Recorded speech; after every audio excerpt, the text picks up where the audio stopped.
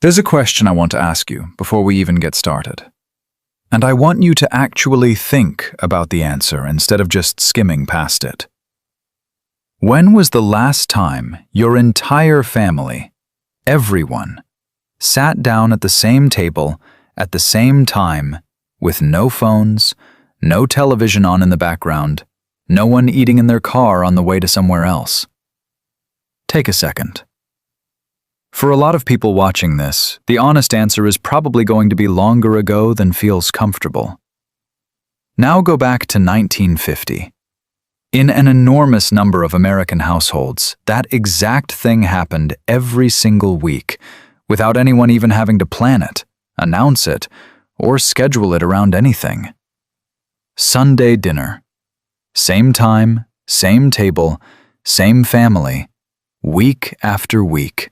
For years. Nobody had to convince anyone to show up. You simply did, because that's what Sunday was for. I think Sunday dinner might be the single most underrated tradition in American history. And today, I want to take you through exactly what it looked like, why it worked the way it did, and what actually happened to it. Because the answer isn't as simple as people got busier. Something more specific changed, and once you see it, you'll probably start noticing it everywhere.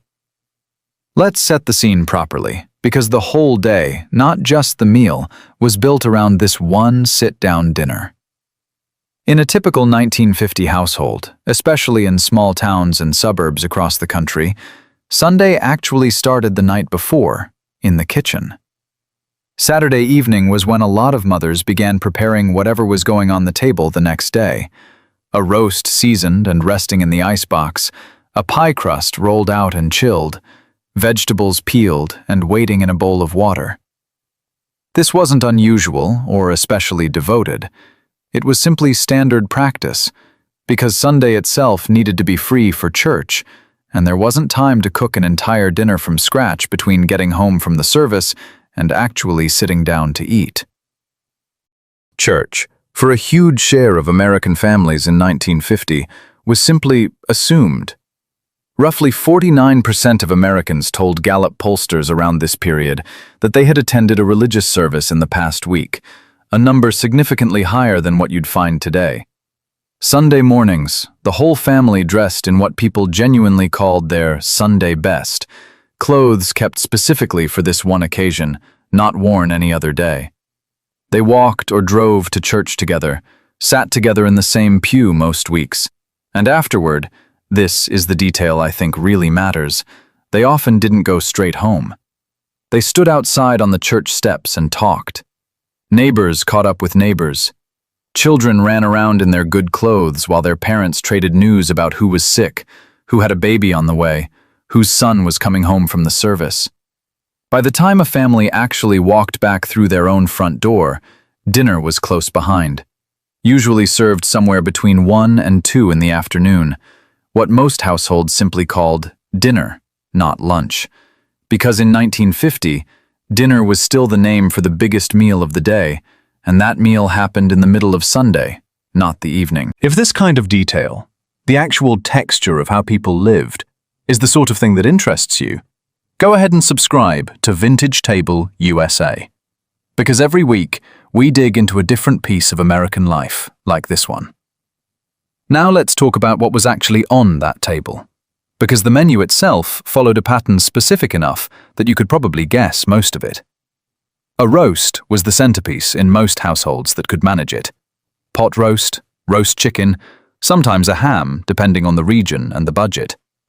This was usually the one meal of the week built around a real piece of meat, since weekday dinners often leaned on cheaper cuts, casseroles, or meat stretched across a stew. Sunday was when the household ate the way it wanted to be remembered eating, even if the rest of the week looked considerably plainer. Around that roast sat a predictable cast of supporting dishes. Mashed potatoes, almost always, made from scratch, no instant flakes yet in most kitchens at this point. Gravy made directly from the roasting pan drippings, nothing wasted, nothing from a packet. A vegetable, often something simple like green beans or corn, frequently from a jar the family had canned themselves the previous summer. Rolls or biscuits baked that morning or the night before. And to finish, a pie, because almost no Sunday dinner in 1950 ended without something sweet on the table. Apple, cherry, or whatever fruit had been put up in the pantry months earlier. What strikes me about this menu, looking at it now, is how unchanging it was. Families weren't trying to impress each other with variety. The point wasn't culinary creativity. The point was reliability, the comfort of knowing exactly what Sunday would taste like, year after year, the same way you'd know exactly where you sat at that table without anyone having to tell you. And that brings me to something I think is genuinely the heart of this whole tradition, the seating itself.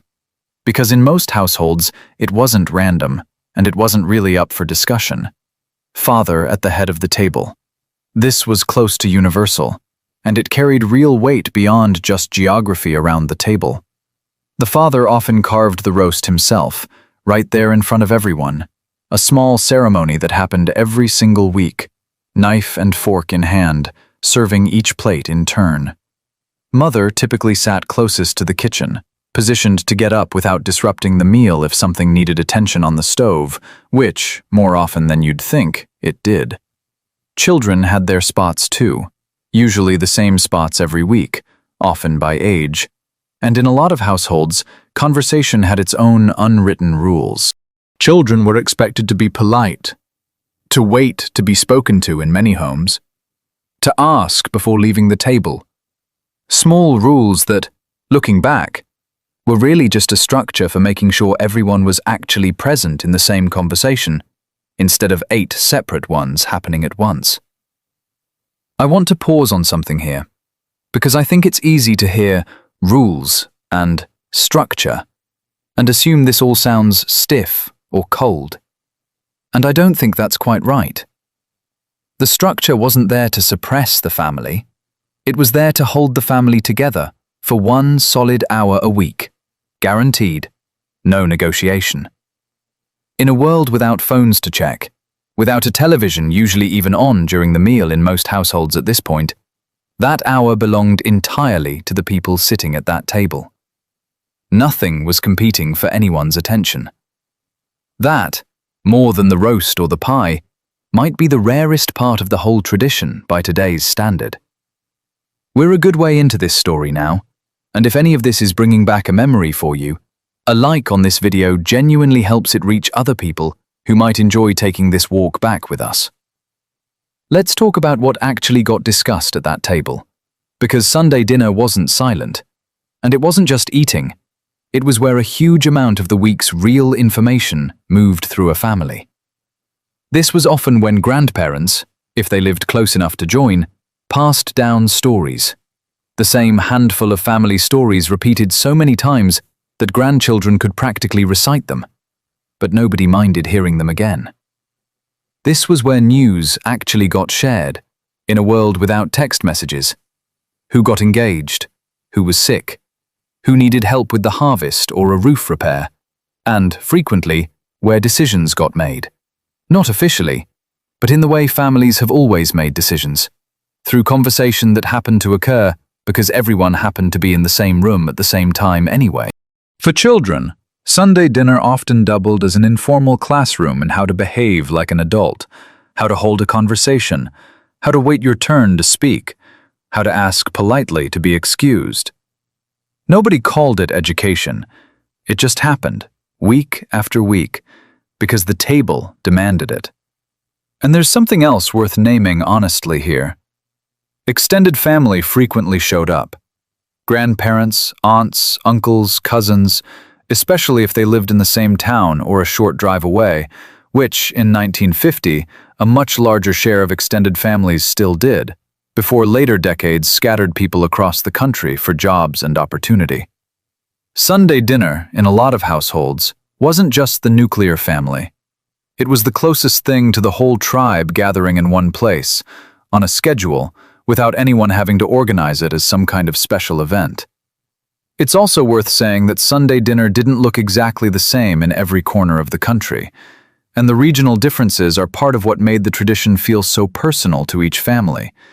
even while the basic shape of it stayed remarkably consistent everywhere. In the South, Sunday dinner often leaned heavily on fried chicken, biscuits, and a wider spread of vegetable side dishes, sometimes called the whole table, with green beans, butter beans, collards, and candied sweet potatoes all crowding for space alongside the main dish. In the Midwest, pot roast and noodles tended to dominate, hearty and built to satisfy a household that had likely spent the morning at a much colder church service than families further south. In Catholic immigrant communities in cities like Boston, Chicago, or New York, Sunday dinner frequently carried the specific flavors of whatever country the family had come from 1 or 2 generations earlier. A pot of red sauce simmering since morning in an Italian-American household, or a brisket in a Jewish household observing Sunday as a family day, even outside the structure of the Sabbath itself. What I find interesting about this is that the tradition was flexible enough to absorb an enormous amount of regional and cultural variation, while still keeping its essential shape fully intact almost everywhere. The roast might change, the starch beside it might change, but the gathering itself, the fixed time, the extended family, the unhurried afternoon, stayed remarkably uniform from one part of the country to another. It tells you something about how deeply this particular structure had settled into American life, regardless of what regional or cultural background a family was bringing to that table. So what actually happened to all of this? Because it didn't vanish overnight, and I think the real explanation is more interesting than just, life got busier. Television is part of the story, but not in the way people usually assume. It's not that television replaced the meal itself early on. In 1950, most families didn't even own a set yet. Fewer than 10% of American homes had a television in 1950. That number would explode to roughly 87% by the end of the decade. But once it arrived, it gradually pulled the evening hours away from each other. Family members increasingly in the same house, but watching the same screen rather than talking across a table. Work patterns shifted significantly through the following decades. More households became two-income households by the 1970s and 80s, and Sunday, once protected almost universally as a day off, slowly stopped being guaranteed free time for everyone in the same family at the same hour. Stores that had once closed on Sundays by what were called blue laws began staying open, which meant errands, shopping, and other obligations crept into a day that used to have exactly one obligation: dinner. Church attendance itself declined steadily over the following decades, and since church had been the anchor that structured the whole rest of Sunday for so many families, once that anchor loosened, the rest of the day's structure loosened right along with it. And youth sports, which barely existed in any organized form in 1950 compared to today, expanded enormously, filling Sunday afternoons with practices and games that simply didn't compete for that time slot a few decades earlier. None of these changes happened because anyone decided family dinner wasn't worth protecting. They happened gradually, one schedule conflict at a time, until one day a family looked up and realized Sunday didn't actually have a fixed shape anymore. I want to be honest about something here, because I don't think this channel does anyone any favors by pretending 1950 was simply a better, gentler time that we carelessly threw away. That rigid seating chart, the unwritten rules about who could speak and when, the expectation that mother managed the entire meal essentially alone while everyone else simply showed up to eat it. None of that was equally comfortable for everyone at the table. The structure that made Sunday dinner so reliable also reflected a much more rigid set of roles, particularly for women, who were almost always the ones cooking, serving, and cleaning up afterward, while the rest of the family simply enjoyed the result. A lot of the consistency we're admiring today came directly from one person's labor being treated as an assumed, uncompensated default. That's worth saying plainly, not as a footnote. So I don't think the lesson here is that we should try to recreate 1950 exactly as it was. I think the lesson is narrower and a little more useful than that. Something about a guaranteed, recurring, undistracted hour with the people you love mattered, independent of who was cooking or how rigid the seating was. We can probably build something like that again without bringing back everything else that came along with it the first time. Here's the thought I keep returning to when I think about all of this. Sunday dinner in 1950 wasn't really about the roast, or the pie, or even the seating chart. It was about a family agreeing, without ever discussing it out loud, that 1 hour a week belonged to nothing except each other. No competing event was scheduled against it.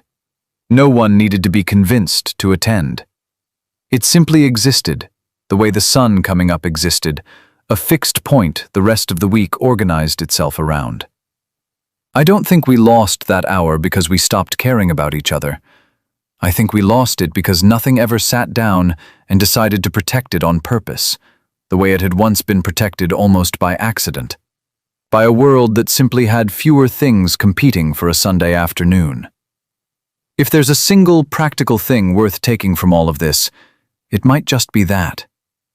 The things that hold a family together rarely happen automatically anymore. They tend to need someone to decide, on purpose, that this hour is not available for anything else. If Sunday dinner was a real fixture in your family, growing up or even still today, I'd love to hear what it actually looked like at your table. Who carved? Who sat where? What was always on the menu? Those small details are exactly what this channel exists to preserve, and I read every story you leave in the comments. If you want more of this kind of honest, well-researched look at how American families actually lived, subscribe to Vintage Table USA. There's a lot more of this country's history sitting around old kitchen tables, still waiting to be told. Thank you for spending this time with me today. Take care of yourselves, and I'll see you in the next one.